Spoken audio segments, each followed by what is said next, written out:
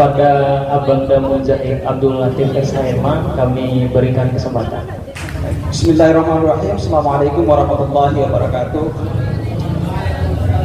Yang pertama, saya ingin sampaikan ucapan terima kasih kepada rekan-rekan panitia yang ada di FKMBC atas kesempatannya, atas undangannya untuk berdialog, berdiskusi dengan adik-adik semua.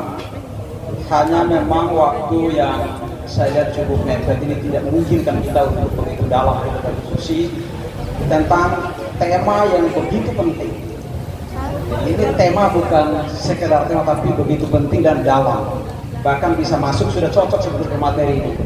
Ada praktisi di bidang kedokteran, yaitu ayahanda kita Dr. Sanusi. Ada seorang lawyer juga politisi, Bung Taufikur Rahman. Dan ada juga seorang dokter di bidang filsafat politik. Maka kita bisa berbicara mulai dari tingkat yang praksis sampai pada bicara tentang filsafat. Agak dalam, tapi nggak apa-apa kita bicara yang singkat-singkat.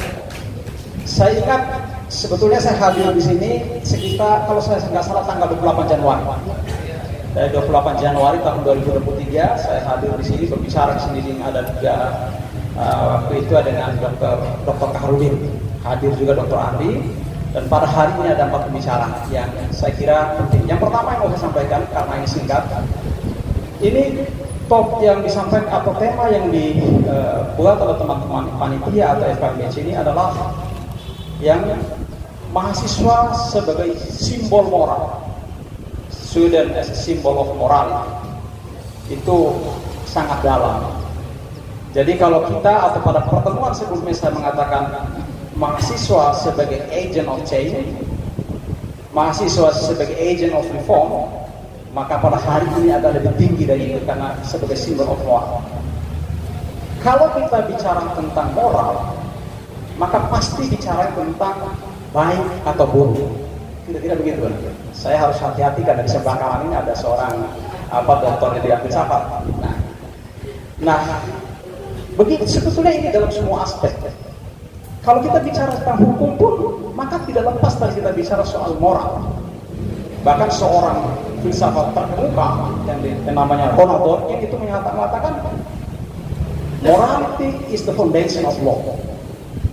Jadi betapa pentingnya moral itu di dalam semua aspek kehidupan kita. Lebih-lebih kepada mahasiswa. Karena mahasiswa itu kan diidentikan masih netral, masih kritis, masih macam-macam.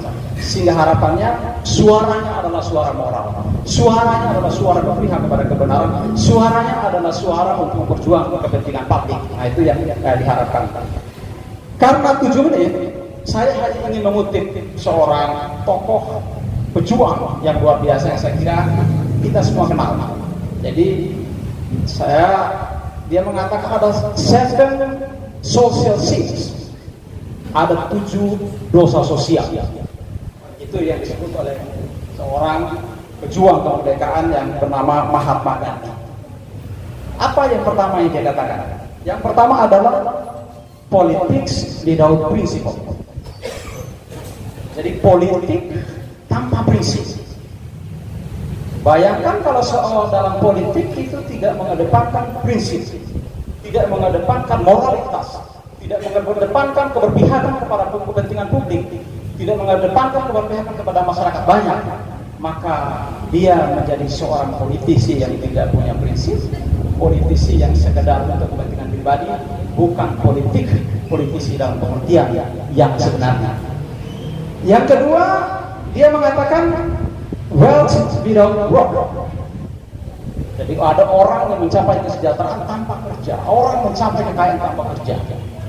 Kira-kira mungkin nggak terjadi? Saya kira dalam sudut pandang apapun ini boleh jadi ini disampaikan oleh Mahatma Gandhi, tapi ini sebetulnya yang paling dalam adalah dalam ajaran agama kita. Jadi kalau kita ingin mencapai sesuatu, kalau kita ingin kaya, kalau kita ingin hebat seperti Dr. Sanusi, kalau kita ingin hebat seperti teman-teman depan ini, ada Dr. Amri, ada juga Bung Taufikur Rahman ini, maka kita harus bekerja dengan maksimal, dengan cerdas. Kemudian yang ketiga, pleasure without conscience. Jadi kenikmatan tanpa adanya hati nurani. Saya kira ini penting. Ini masih menurut saya konteksnya sangat tepat dengan tema yang kita bicarakan pada hari ini, karena banyak orang yang ingin yang menganut falsafah hedonistik, dan saya berharap kita semua sebagai kaum intelektual tidak melakukan hal itu.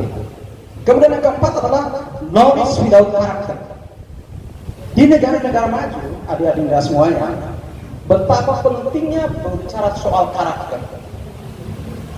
Makanya di luar negeri itu ada banyak cerita kita bisa dengar. Kalau misalnya betapa hal-hal yang kecil, budaya disiplin, dan seterusnya, yang sebetulnya kalau kita boleh klaim itu bersumber dari ajaran agama kita.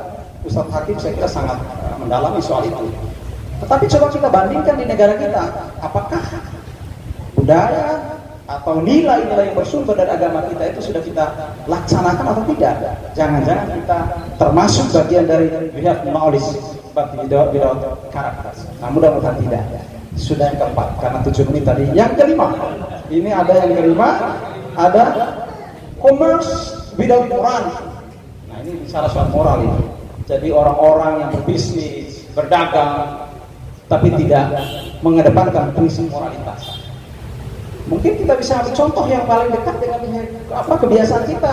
Punya ada dana lorasaga, entah tim perbawa, landa bawa. Kalau misalnya partisi kedepankan moralitas, kita tidak takut pada ajaran agama kita, maka bisa jadi komisi lunga timba bawa meluap lebih tanah atau lebih ringan. Ini mungkin yang dimaksud oleh commerce without morality.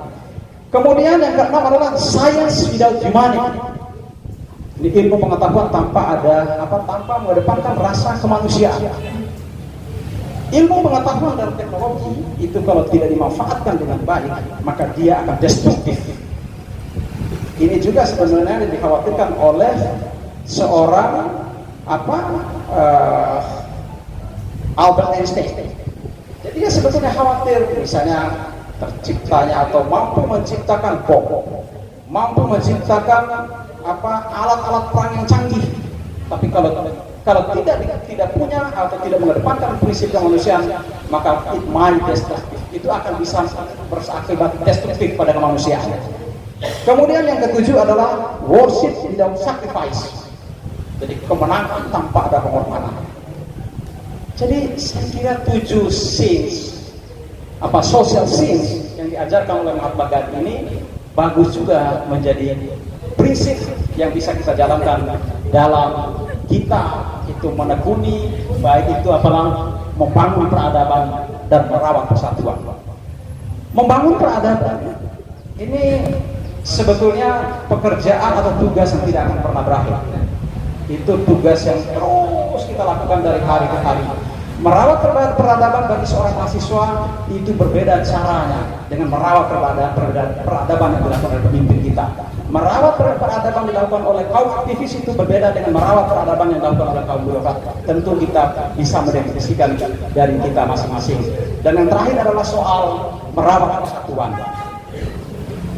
Kalau kita lihat sejarah, sebetulnya kemerdekaan kita ini, negara kita ini dulunya sebelum menjadi Indonesia itu berasal dari banyak kesultanan. Mulai dari ujung timur sampai ke ujung barat sana. Mereka ini dengan ikhlas merelakan diri untuk bergabung dalam negara kesatuan Republik Indonesia. Apa harapannya adalah? Harapannya kalau bersatu itu menjadi besar. Harapannya kalau bersatu itu menjadi kuat. Harapannya kalau besar itu bisa mengimbangi negara-negara maju. Dan tentu saja mereka semua itu mengharapkan adanya justice, keadilan. Karena itu kata kunci kita di dalam merawat persatuan adalah bagaimana kita terus berusaha dan berjuang keras agar prinsip justice itu bisa kita tegakkan dalam kehidupan kita sehari-hari. Dan bagi pemimpin adalah adil terhadap rakyatnya, adil terhadap daerah-daerah, bukan hanya yang ada di sekitar ibu kota, tapi adil terhadap Papua, adil terhadap Aceh, adil terhadap Kalimantan, termasuk adil terhadap daerah kita tercinta di Nusa Tenggara Barat, Bima khususnya. Demikian saya lihat melihat sudah lebih dari 7 menit. Mohon maaf moderator, terima kasih. Nanti kita bisa berdialog lagi. Saya kembalikan kepada moderator. Billahi taufiq wal hidayah. Assalamualaikum warahmatullahi wabarakatuh. Untuk mencegah immoral terhadap pemuda dan mahasiswa hari ini, karena memang kemudian yang kita lihat di fakta-fakta yang ada, mahasiswa itu sudah menjadi duta-duta Katufe, duta-duta IA dan lain sebagainya di sosial media. Mungkin kesempatan pertama saya berikan kepada Abang Dalmo Zahid Alatif. Ya, terima kasih atas pertanyaannya. Kalau kita itu berharap bahwa semua orang itu baik, mustahil. Itu kita akan gila sendiri itu. Sejarah sejak Nabi Adam sampai dengan saat ini, antara yang baik dan buruk itu pasti ada. Begitu pula kalau kita berharap mahasiswa itu semuanya baik, maka kita akan stres sendiri. Karena itu tidak mungkin akan terjadi. Nah, yang kita bicarakan pada hari ini adalah sebetulnya kalau mau dinaikkan itu adalah bagaimana sih konsep ideal. Kan kita bicara sesuatu idealitas. Mahasiswa yang ideal menurut kita itu seperti apa? Maka kalau kita mau agak dalam lagi, misalnya kita riset kecil-kecilan. Saya paham sebetulnya yang dimaksud oleh Adinda tadi itu tentang kondisi mahasiswa hari ini secara faktual. Dan pada tanggal 28 Januari saya telah mencoba untuk menyampaikan kepada teman-teman tentang tipologi mahasiswa dari A, B, C, dan D. Tinggal kita bertanya, kira-kira posisi kita yang hadir dalam forum ini ada pada posisi atau tipologi mahasiswa yang mana? Itu tergantung dari kita menerjemahkan masing-masing. Tapi poinnya adalah kita tidak boleh terlalu kecewa dengan keadaan itu. Kita tidak boleh skeptis, kita tidak boleh pesimis dengan keadaan itu. Justru tadi saya mendengarkan dengan baik disampaikan oleh Ustaz Khairul Anam tadi tentang mengapa FKMBC ini lahir. Karena ada kegelisahan. Dulu waktu SMP saya sering mendengar lagu gelisah, rasa gelisah, menunggu resah dan gelisah menunggumu di sini. Itu kalau tidak salah apa obyeknya sakit ya. Itu lagu. Jadi saya lebih dulu kenal lagu resah dan gelisah itu sebelum saya mengenal tentang bagaimana gelisahan keresahan dari seorang mahasiswa. Nah, teman-teman semuanya, FKMBC ini bisa dijadikan sebagai laboratorium. Laboratorium untuk apa? Untuk melatih, untuk mendidik adik-adik mahasiswa yang kelak nanti pasti akan mengambil peran masing-masing. Coba kita identifikasi sekarang ini. Identifikasi kira-kira top leader kita yang ada di Republik ini dulu kira-kira latar belakangnya seperti apa? Ada dulu yang menjadi seorang pejuang demokrasi, dulu menjadi pejuang anti korupsi, dulu menjadi pejuang untuk nilai-nilai kebenaran, tapi ada juga sebagian yang tergelincir ke dalam hal yang jauh dari dia perjuangkan sebelumnya. Artinya apa sebenarnya? Kalau kita bertanya, apakah kita akan konsisten? Apakah kita ini akan menjaga idealisme kita ini ketika kita mendapat suatu jabatan? Karena abuse of power itu belum ada pada teman-teman. Karena apa? Belum punya posisi. Abuse of power itu ada kalau kita punya kekuasaan. Kita bisa menyalahgunakan kekuasaan kalau suatu saat kita diberi kekuasaan. Di mana ada kekuasaan, maka potensi penyalahgunaan kekuasaan itu pasti ada. Makanya tepat dulu saya pernah menyampaikan di sini dikatakan oleh Abraham Lincoln itu, if you want to know the people's character, give him power. Kalau Anda mau tahu tentang karakter seseorang, maka kasihlah dia kekuasaan. Kalau hari ini kita berbicara tentang sesuatu ideal, kalau hari ini kita berbicara tentang anti korupsi, anti penindasan, kemudian anti ketidakadilan dan sebagainya, segala macamnya, tapi kalau dia nanti suatu saat dia melakukan sebaliknya, maka itulah kita bisa ukur apakah dia konsisten atau tidak. Konsistensi itu yang mengukur adalah soal waktu, bukan soal kata-kata, tapi apakah kita konsisten atau tidak adalah perjalanan hidup kita yang akan membuktikan nanti. Itu yang pertama. Yang kedua adalah ini kan soal bagaimana cara. Saya punya latar belakang menjadi seorang peneliti 14 tahun. Saya melakukan riset lapangan mungkin hampir di seluruh tempat di Republik ini saya lakukan riset.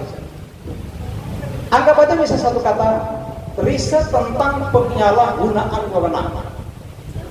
Saya punya data, itu bisa merangkai, bisa menyusun itu berapa banyak penyalahgunaan yang bisa dilakukan oleh institusi tertentu.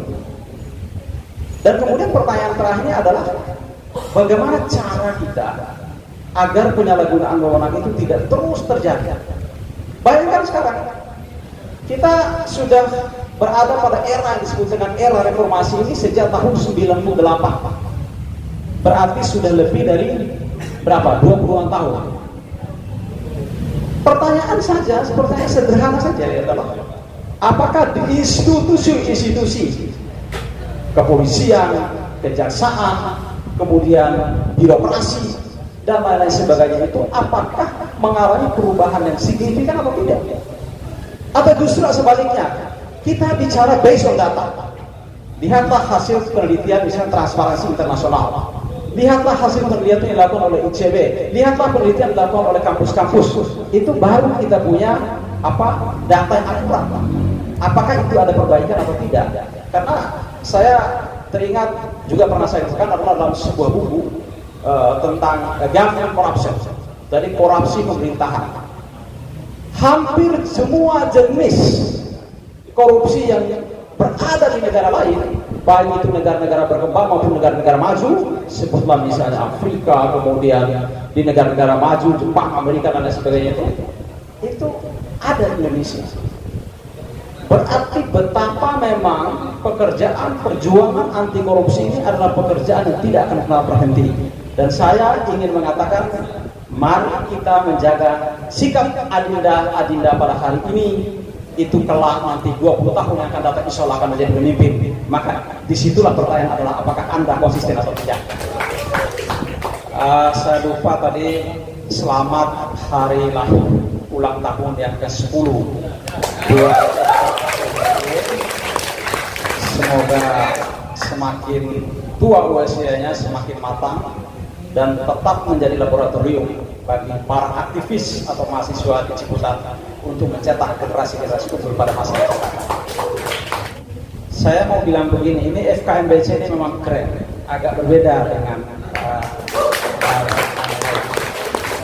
saya melihatnya memang lebih pada merawat intelektual, komunitas intelektual, merawat idealisme dan ya yang sifatnya banyak mungkin diskusi-diskusi.